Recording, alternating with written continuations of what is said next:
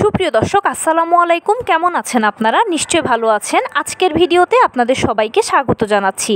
আজকে আমি আপনাদের সাথে শেয়ার করব সামনেই যাদের ডেলিভারি ডেট তারা জেনে রাখুন লেবার পেইন সম্পর্কে 5টি গুরুত্বপূর্ণ তথ্য। তাহলে চলুন মূল ভিডিওতে যাওয়া যাক। বাই দ্য ওয়ে, মূল ভিডিওতে যাওয়ার আগে একটা কথা বলি, আমি আমার চ্যানেলে pregnancy related, specially normal delivery related অনেক ইম্পর্ট্যান্ট তথ্য ভিডিও আকারে শেয়ার করে থাকি। এই তথ্যগুলো আমার পার্সোনাল এক্সপেরিয়েন্স ও আমার ডক্টরের সাজেশন থেকে নেওয়া। তাই আমার চ্যানেলটিকে যদি একবার আপনারা ভিজিট করেন তাহলে আপনারা আপনাদের প্রশ্নাতীত মনের অনেক প্রশ্নের উত্তর পেয়ে যেতে পারেন। আমন্ত্রণ জানাবো আমার চ্যানেলটিকে একবার ভিজিট করে দেখার জন্য। এবারে চলুন মূল আলোচনায় যাওয়া যাক। আমি শুরুতেই বলেছি আজকে আলোচনা করব সামনেই যাদের ডেলিভারি ডেট তারা জেনে রাখুন লেবার পেইন সম্পর্কে 5টি গুরুত্বপূর্ণ তথ্য। তাহলে চলুন মূল আলোচনায় যাওয়া যাক। আমরা সবাই জানি যে সিজারটা হচ্ছে পূর্ব পরিকল্পিত, যেখানে আপনার ডাক্তার আগেই আপনাকে বলে দেবে যে অমুক দিনের অমুক তারিখে অমুক সময় সিজার হবে, সে মতে গিয়ে আপনি সিজারটা করিয়ে ফেলতে পারবেন। তাই সিজার নিয়ে আলাদা করে কিছু বলার নেই।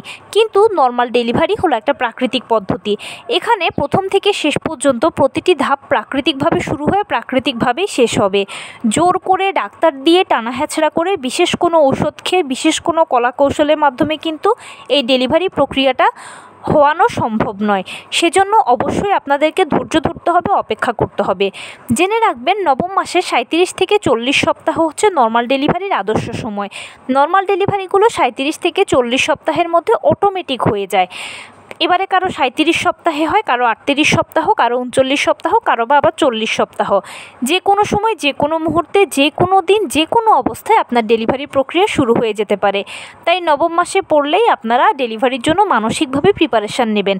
ডেলিভারি ক্ষেত্রে মানসিক প্রস্তুতিটা হচ্ছে সবথেকে বেশি ইম্পর্ট্যান্ট। এবারে বলি লেবার পেইন নিয়ে কিছু গুরুত্বপূর্ণ কথা। যেহেতু নর্মাল ডেলিভারি হওয়ার জন্য প্রথমে আপনার লেবার পেইনটা আসতে হবে, তাই লেবার পেইন সংক্রান্ত গুরুত্বপূর্ণ এই কথাগুলো জেনে রাখুন। প্রথমে বলি লক্ষণ। লেবার পেইন আসার পূর্বে কিছু লক্ষণ আপনার শরীরে প্রকাশিত হবে। এর মধ্যে প্রথমেই হচ্ছে ফলস পেইন হওয়া। খেয়াল করবেন আপনার ঘন ঘন ফলস পেইন হচ্ছে। বুঝবেন কিভাবে এটা ফলস পেইন? ফলস পেইনটা কোমরের দিক থেকে শুরু হয়ে তলপেটের কাছে এসে পায়ের নিচ দিয়ে চলে যাবে। খুবই অল্প সময়ের জন্য এটা থাকে, কিন্তু একটু ঘন ঘন হয়। যখন এই ফলস পেইনটা বেশি হবে তখনই বুঝবেন যে আর কিছুদিনের ভেতরে আপনার অরিজিনাল লেবার পেইন আসবে, মানে ডেলিভারি প্রক্রিয়া শুরু হবে। এছাড়াও বারবার করে আপনার বাথরুমের চাপ অনুভব হবে। আপনি হয়তো বাথরুমে যাচ্ছেন, 2-1 ফোঁটা প্রস্রাব হচ্ছে, নয়তো বা হচ্ছেও না, কিন্তু র্যান্ডম একটা চাপ আপনি ফিল করছেন প্রস্রাবের। তার পাশাপাশিও দেখবেন যে আপনার কোমরে ব্যথা করছে, তলপেটে ব্যথা করছে। এছাড়াও বিভিন্ন ধরনের স্রাব, কারো পাতলা স্রাব পা দিয়ে গড়িয়ে পড়ছে, কারো আঠালো স্রাব যাচ্ছে, ইত্যাদি বিভিন্ন ধরনের স্রাব যেতে পারে। আরও একটা বড় লক্ষণ হচ্ছে চাপ অনুভব করা। আপনি আপনার তলপেটের দিকে প্রচুর চাপ অনুভব করবেন। হাঁটতে, উঠতে, বসতে, দাঁড়াতে সবসময় একটা চাপ ফিল করবেন। মনে হবে যেন কিছু একটা বেরিয়ে যেতে চাইছে। এর ফলে আপনার জরায়ু মুখে ব্যথা করবে, যৌনাঙ্গে ব্যথা করতে পারে।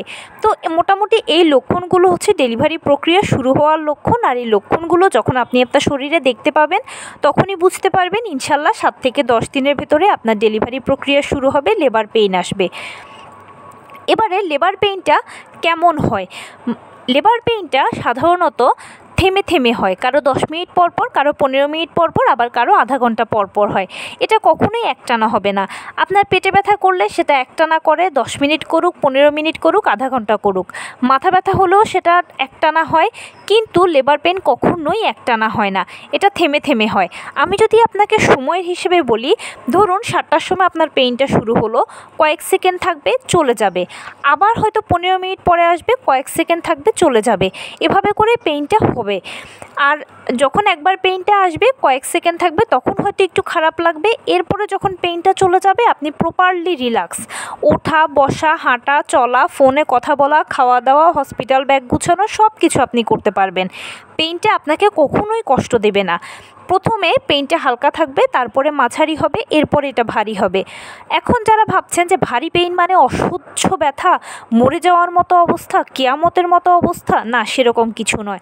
ভারী পেইন মানে হচ্ছে এটা বারে কমে আসবে। মানে আগে যদি আপনার 15 মিনিট পর পর পেইন উঠতো, এখন আপনার 5 মিনিট পর পর, 7 মিনিট পর পর, 3 মিনিট পর পর পেইন উঠবে। কিন্তু কখনোই একটানা হবে না। প্রতিটা পেইনের মাঝেই কিন্তু বিরতি থাকবে। এটা আপনাকে কখনোই কষ্ট দেবে না। এটা একটা মিষ্টি অনুভূতি মা ও সন্তানের মাঝে, জাস্ট দূরত্বটুকু। এবারে অনেকে বলেন যে লেবার পেইন কিভাবে আসবে। লেবার পেইনটা কারো পেটের ডান পাশ থেকেও শুরু হতে পারে, কারো বা আবার বাম পাশ থেকেও শুরু হতে পারে, কারো বা আবার নর্মালি পেটে ব্যথার মতো করেও শুরু হতে পারে। যে কোনোভাবেই এটা আপনার শুরু হতে পারে। আপনি বুঝবেন কিভাবে যে আপনার অরিজিনাল লেবার পেইন শুরু হয়েছে? ওই যে আমি বললাম যে আপনার থেমে থেমে লেবার পেইনটা হবে, আর যখন থেমে থেমে লেবার পেইনটা হবে তখনই বুঝে নেবেন যে এটা অরিজিনাল লেবার পেইন। আর এছাড়াও অনেক সময় হয় কি, নবম মাসে পড়লে আপনি যখন সর্বশেষ চেক আপটা করাতে যান, সেখানে অনেক সময় দেখা যায় ডাক্তাররা বলে দেয় যে আপনার যখনই পেইন ফিল হয় তাহলে আপনি এই ওষুধটা খাবেন। এই ওষুধটা যখন আপনি সেবন করবেন তখন অরিজিনাল পেইন হলে থেকে যাবে আর ফলস পেইন হলে চলে যাবে। অথবা আপনি যদি বুঝতে না পারেন এবং আপনি আপনার রেগুলার ডক্টরের সাথে যোগাযোগ করলেও ওই মুহূর্তে ডাক্তার আপনাকে ওষুধ প্রেসক্রাইব করবে। অনেকে আমার কাছে ওষুধের নাম জানতে চান, প্লিজ আমি ওষুধের নাম বলবো না। কিভাবে খাবেন বা কিভাবে কি করবেন সেটা আপনার ডক্টরই বলবে। কেননা এক একজনের বডির স্ট্রাকচার এক এক রকম, এক এক সময় এক একটা পরিবর্তন হতে পারে। সেজন্য আপনার ডক্টরই ভালো বোঝে, ভালো জানে এবং আপনার বডির উপর ডিপেন্ড করে, যেহেতু এতদিন উনি আপনাকে চেক আপ করে এসেছে, উনি ভালো বলতে পারবেন, উনি আপনাকে ওষুধের নামটা জানাবেন। তাই এটা নিয়ে কেউ প্লিজ আমাকে কমেন্টস করবেন না। ফাইনালি যেটা বলবো, অনেকে ঘাবড়ে যায় যে লেবার পেইনটাকে আমি সহ্য করতে পারবো না। আপনি একেবারেই ঘাবড়াবেন না, লেবার পেইনটা আপনি অবশ্যই সহ্য করতে পারবেন। এটা সহ্য করার মতো, সহ্য হওয়ার মতোই। কেননা আপনি প্রথমবার হয়তো মা হতে যাচ্ছেন, কিন্তু তার মানে এটা নয় যে নর্মাল ডেলিভারি প্রক্রিয়াটা আপনাকে দিয়ে যাত্রা শুরু করছে। প্রতিদিন প্রতিনিয়ত হাজার হাজার মা নর্মাল ডেলিভারির মাধ্যমে তাদের সন্তানকে পৃথিবীতে আনছে, আর প্রত্যেকেই কিন্তু এই লেবার পেইনটাকে সহ্য করেই তার সন্তানকে পৃথিবীতে আনছে। সবাই যদি পারে তাহলে আপনি কেন পারবেন না? সবার মাঝে এমন কি সুপার পাওয়ারটা আছে যেটা আপনার মাঝে নেই? আসলে সবাই ভয় পাচ্ছে না, আর আপনি ভয় পাচ্ছেন। ভয়টাকে জয় করতে হবে, নিজের ভালোর জন্য, সন্তানের ভালোর জন্য।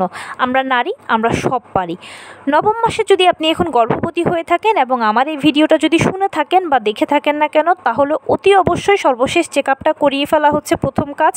পরবর্তীতে হসপিটাল ব্যাগটা গুছিয়ে ফেলা হচ্ছে আপনার কাজ।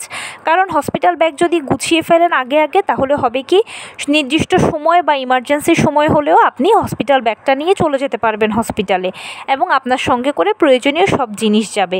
ইমার্জেন্সি টাইমে যদি গোছাতে যান তাহলে হুড়ুহুড়ি করে অনেক কিছু ফেলে যেতে পারেন, বা আপনার সাথে করে অনেকেই ব্যাগ গুছিয়ে দেবে, এতে প্রয়োজনীয় অনেক কিছু ফেলে যেতে পারেন বাসায়। আর এক একটা হসপিটালে পরিবেশ পরিস্থিতি এক এক রকম হওয়ার কারণে দেখা যায় যে ওই মুহূর্তে সব অ্যারেঞ্জ করাটা কষ্টকর হয়ে যায়। তাই আগে আগে হসপিটাল ব্যাগটা গুছিয়ে রাখলে সব থেকে বেশি ভালো। নবম মাসে শরীরের বিভিন্ন ধরনের পরিবর্তন হতে থাকে। সকল পরিবর্তন যে অস্বাভাবিক সেটাও নয়, আবার সবটাও যে স্বাভাবিক সেটাও নয়। শরীরের পরিবর্তনগুলো বা যে কোনো ব্যথা কষ্টগুলো আপনি যতক্ষণ সহ্য করতে পারবেন ততক্ষণই স্বাভাবিক।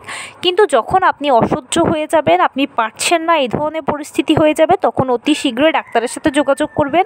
কেননা যে কোনো সমস্যা আপনি সহ্য করার মতোটাই কিন্তু স্বাভাবিক, আর যখন অসহনীয় পর্যায়ে চলে যায় তখন অবশ্যই কোনো সমস্যার জন্যই হয়।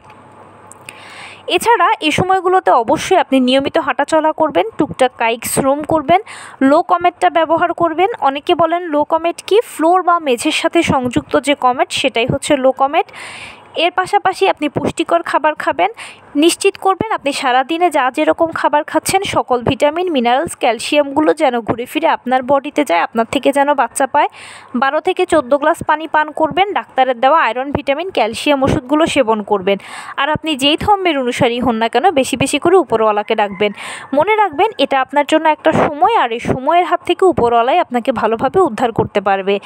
এভাবে করে যখন আপনি সময়গুলোকে পার করবেন তখন দেখবেন যে অনেক সুন্দরভাবে আপনার সময়টা কেটে যাচ্ছে।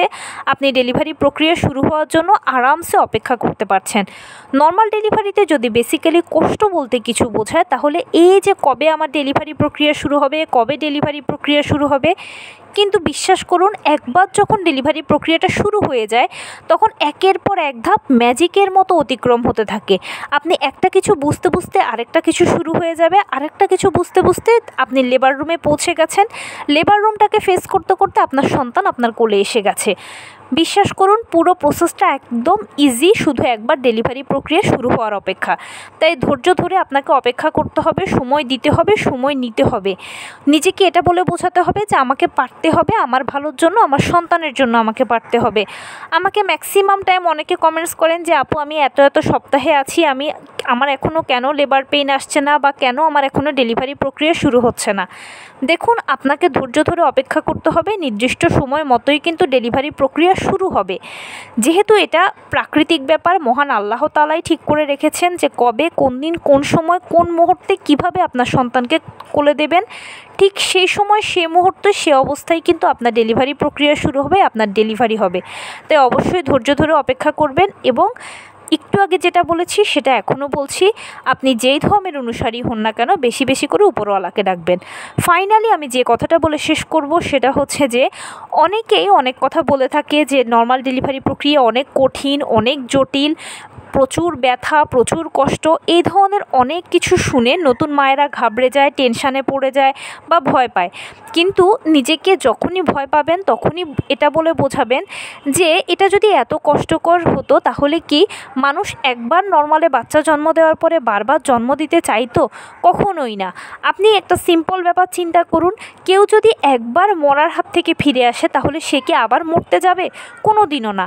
তাই এই ডেলিভারি প্রক্রিয়াটা সহজ, প্রতিটা ধাপেই সহ্য করা যায়, এবং সবাই সহ্য করে সন্তানকে পৃথিবীতে আনছে, জন্ম দিচ্ছে বলে সুবিধা পাচ্ছে। এবং এর পরবর্তীতে সেকেন্ড, থার্ড, ফোর্থ টাইমও মানুষ বারবার চাচ্ছে নর্মালে বাচ্চা হোক। তাই একদম ঘাবড়াবেন না, টেনশন করবেন না। কোনো খারাপ সিচুয়েশান তৈরি না হওয়া পর্যন্ত নর্মাল ডেলিভারি করাবেন, এটাই মনস্থির করবেন, এবং কখনোই ভয় পাবেন না। সকল প্রক্রিয়াগুলো আপনি অবশ্যই সহ্য করতে পারবেন। তো এই ছিল আজকের ভিডিও। কেমন লাগলো বলুন? যদি ভালো লেগে থাকে ও হেল্পফুল হয়ে থাকে তাহলে প্লিজ লাইক, কমেন্ট, শেয়ার করতে একদম ভুলবেন না। আর সেই সাথে আমার চ্যানেলটিকে সাবস্ক্রাইব করার বিনীত অনুরোধ রইল। পাশে থাকা বেল আইকনটি ক্লিক করে দেবেন যেন আমি ভিডিও আপলোড করার সাথে সাথে আপনারা নোটিফিকেশান পেয়ে যান। যদি কোনো প্রশ্ন থাকে কমেন্টসে জানাবেন, আমি রিপ্লাই দেব। প্লাস যদি কোনো পরামর্শ থাকে যে কোন বিষয়ের উপরে ভিডিও বানালে আপনারা উপকৃত হবেন সেটাও জানাবেন, আমি আপনাদের পছন্দের সর্বোচ্চ প্রায়োরিটি দেব। ভালো থাকবেন, সুস্থ থাকবেন। আসসালামু আলাইকুম।